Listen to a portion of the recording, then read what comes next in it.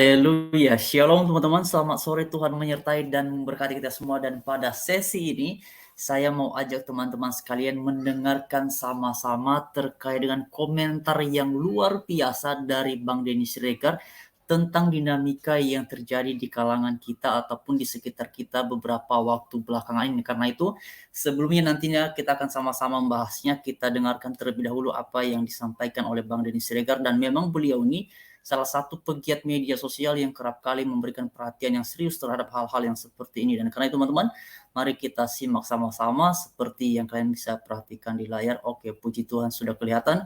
Kita dengarkan komentar dari Bang Denny Siregar.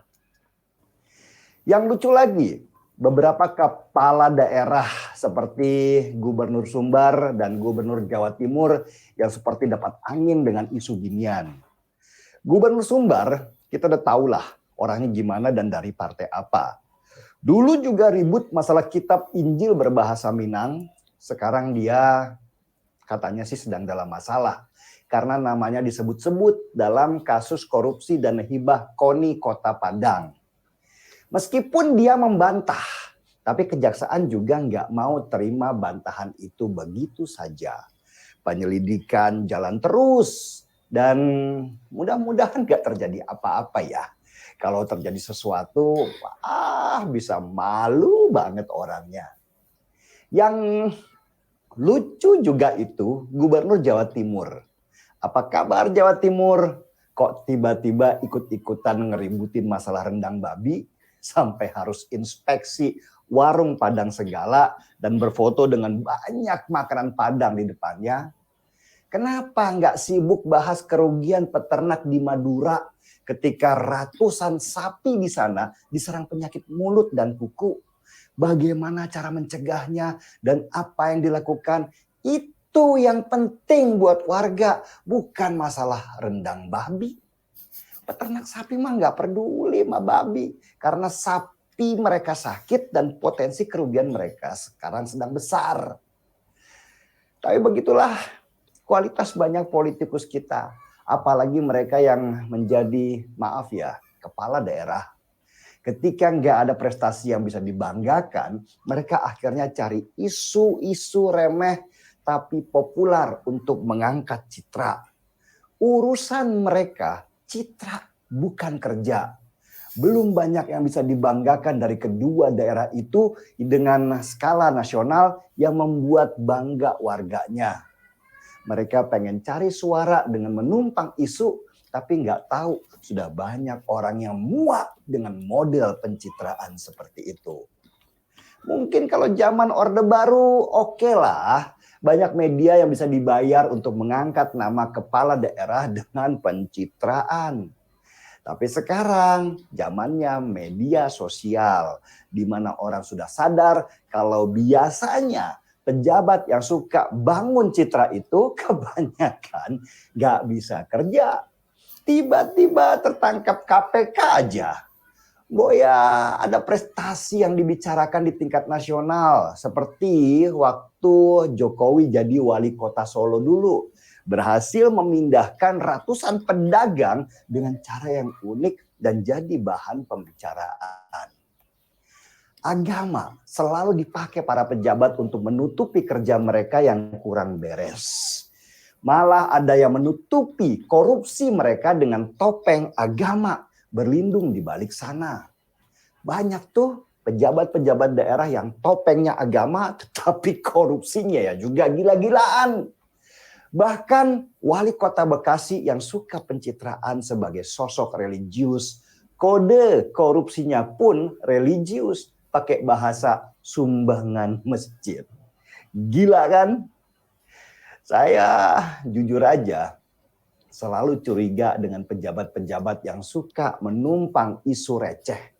Apalagi itu isu agama. Nah, oke teman-teman, itu adalah tanggapan dari Bang Denny Siregar terkait dengan dinamika yang terjadi beberapa waktu yang lalu, yaitu mengenai rendang babi teman-teman. Dan mungkin di antara kalian ada juga yang sudah mendapatkan informasi mengenai hal yang seperti itu ataupun belum. Teman-teman bisa men-searchingnya di media sosial dan ini memang luar biasa sekali. Bahkan kalau teman-teman perhatikan di dalam banyak pemberitaan, Ini katanya pemilik restoran Babi Ambo itu sudah sempat diperiksa oleh aparat, tetapi katanya tidak ditahan ya karena tidak ada dalil pidananya untuk menahan orang tersebut. Nah, memang teman-teman ini luar biasa sekali ya. Menariknya ternyata beberapa pejabat terutama tadi yang disoroti oleh Bang Denny Siregar ini adalah kepala daerah, satunya di Sumbar, satunya adalah di Jatim ataupun Jawa Timur. Nah, menariknya beberapa waktu belakangan teman-teman di daerah Bringkang kalau tidak salah itu ya, daerah Bringkang itu Jawa Timur ya teman-teman ya. Jadi di situ kan terjadi pelarangan gereja ya, dan saya coba cari-cari waktu yang lalu itu di media sosial apakah gubernurnya ikut mengomentari hal tersebut, ternyata nggak ada komentarnya teman-teman. Nah, memang benar yang dikatakan oleh Bang Denny Siregar, justru yang dikomentari oleh mereka-mereka yang kinerjanya ini sulit untuk kita lihat di mana ya yang sudah mereka kerjakan, terobosan apa yang sudah mereka buat, justru pada akhirnya ya mereka muncul di kala ada isu-isu yang ramai viral di media sosial, tapi sebenarnya ini direspon pun yang juga tidak memberikan dampak yang baik, terutama dalam pertumbuhan ekonomi masyarakat. Misalnya tadi seperti yang disoroti oleh Bang Denny Siregar, yaitu yang ada di Madura katanya karena mereka yang beternak sapi ya itu kan ada sakit ya, harusnya itu yang lebih ya utama untuk diberikan perhatian, bagaimana diedukasi dan diberikan solusi misalnya mengenai obatan sehingga bisa ya para peternak ini tidak rugi ataupun kemudian sapi-sapi mereka yang sedang sakit itu bisa sembuh. Nah, ini yang memang teman-teman, dan luar biasa sekali komentar dari Bang Denny Siregar. Ini sebenarnya kalau kita perhatikan sudah 2 kali topik pembahasan mengenai babi ini viral secara nasional. Pertama itu tahun 2019 atau 2020 ya teman-teman, ketika Pak Jokowi berbicara mengenai babi panggang, lalu beberapa waktu yang lalu ini mengenai babi Ambo. Itu viral, ramainya itu luar biasa sekali, bergulir informasinya di media sosial, itu dahsyat sekali.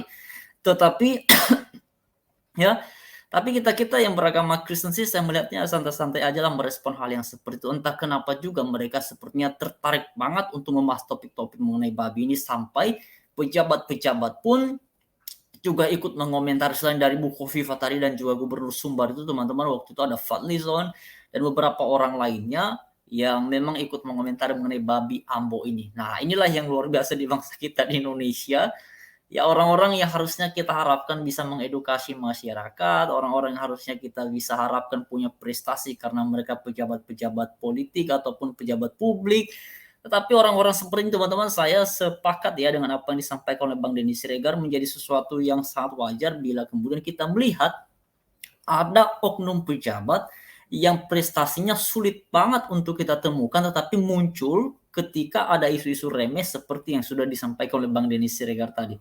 Nah, inilah yang luar biasa. Memang berbeda ya dengan Pak Jokowi tadi. Pak Denny Siregar ini juga sempat membandingkan ya apa yang dilakukan oleh Pak Jokowi ketika menjabat sebagai wali kota Solo, yang kemudian menjadi gubernur DKI Jakarta dengan wakilnya sebagai Pak Ahok. Waktu itu juga sempat wakilnya Pak Ahok ya. Lalu kemudian sekarang sudah menjadi kepala negara, Presiden Republik Indonesia. Ini luar biasa memang. Dan teman-teman, ya beberapa politikus yang saya secara pribadi lihat kinerjanya dan punya prestasi baik ini dan berdampak langsung pada pertumbuhan ekonomi masyarakat.